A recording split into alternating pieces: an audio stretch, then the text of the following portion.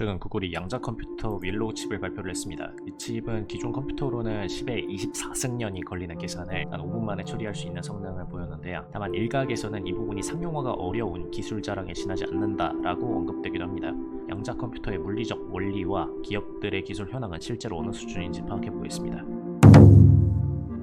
양자 컴퓨터는 파인만의 물리학강의 일명 빨간 책으로 유명한 물리학자 리처드 파인만에 의해서 1981년 주장되었습니다. 옷 크기에 백과사전도 넣을 수 있을 것이라고 반도체의 미래를 전망했던 그 물리학자죠. 자연은 양자적이다. 그러므로 자연을 시뮬레이션 하려면 양자역학을 기반으로 해야 한다.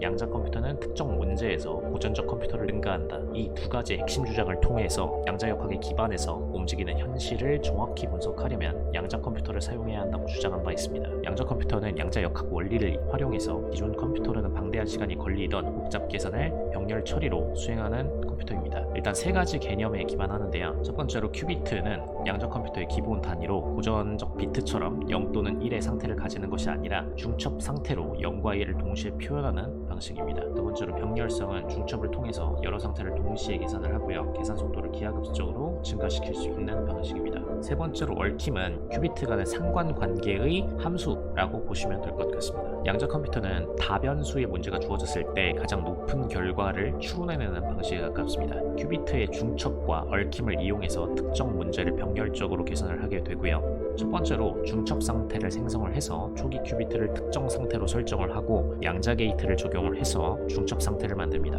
두 번째로는 CNOT 게이트 등을 사용해 큐비트 간의 얽힘을 형성을 합니다.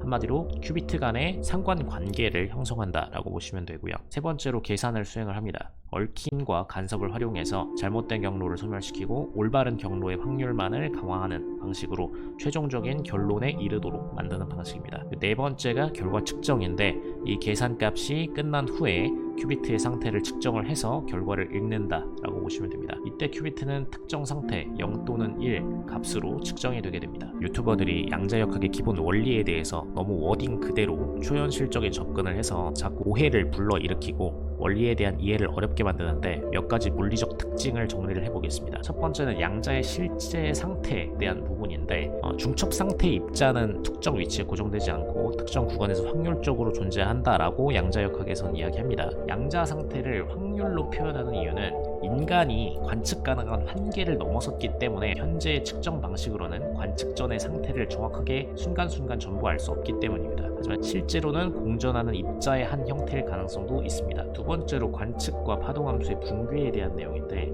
관측이라는 단어에 대해서 양자 시스템 상에서는 특정 값으로 붕괴한다 라고 표현을 하는데 사실상 특정 상태를 측정한다 정도로만 생각하는 게 현실적입니다.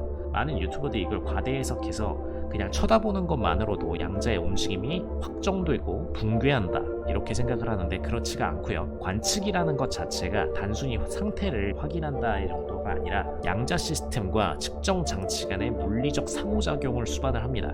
광자와 전자의 충돌을 통해서 관측이 이루어지고 이러한 물리적 충돌로 인해서 특정 상태로 측정을 하는 과정입니다. 그래서 관측 전에는 입자는 중첩 상태로 존재하고 0과 1을 동시에 보이는 확률적 형태를 띠고 있는데 우리가 관측을 하게 되면은 그 특정 상태 값을 관측을 하는 것이죠. 그냥 이거를 이제 붕괴한다라고 표현을 한다 생각하시면 될 것 같습니다.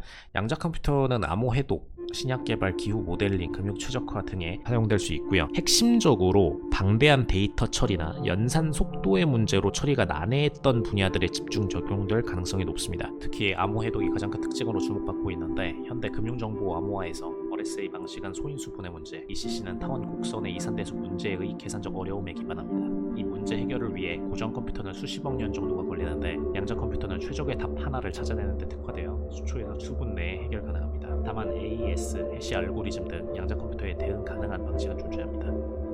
기존 컴퓨터는 하나하나 데이터별 확률을 계산을 하는 방식이고 양자 컴퓨터는 가장 높은 확률의 결과값 하나를 추론하는 방식입니다. 기존 컴퓨터와 양자 컴퓨터의 기능 비교는 CPU에서 병렬형 연산인 GPU로 변한 것과 같다라고 생각하시면 됩니다. 다만 양자 컴퓨터는 기존 컴퓨터처럼 딱 떨어지는 계산 방식이 아니라 확률적 분석의 특징으로 계산 결과값에 오차율이 존재합니다. 그래서 다회의 확인을 통해서 결과값 확률을 높인다는 특징이 있습니다. 현재 기업들의 개발 현황을 알아보면 구글 같은 경우 2024년 12월 105큐비트로 구성된 윌로우 칩을 발표를 했었고요. 이 칩은 기존 슈퍼컴퓨터로는 10셉틸리언 10의 24승배의 시간이 걸리는 계산을 5분 만에 처리할 수 있는 성능을 보여줬습니다.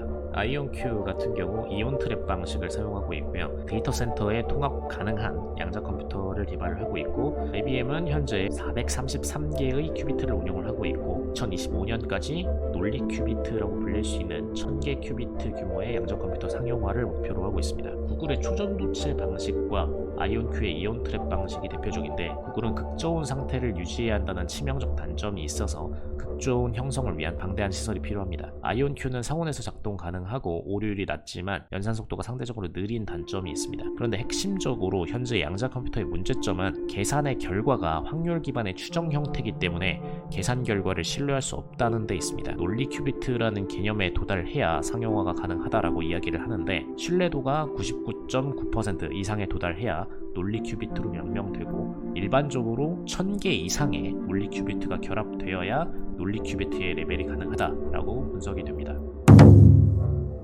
지금까지 양자 컴퓨터의 기술에 대해 파악해 보았는데, 최근 구글의 단점이 있다면 신기술 연구 및 발표 후에 실질적으로 상용화로 이어지는 프로세스가 약한 단점이 있습니다.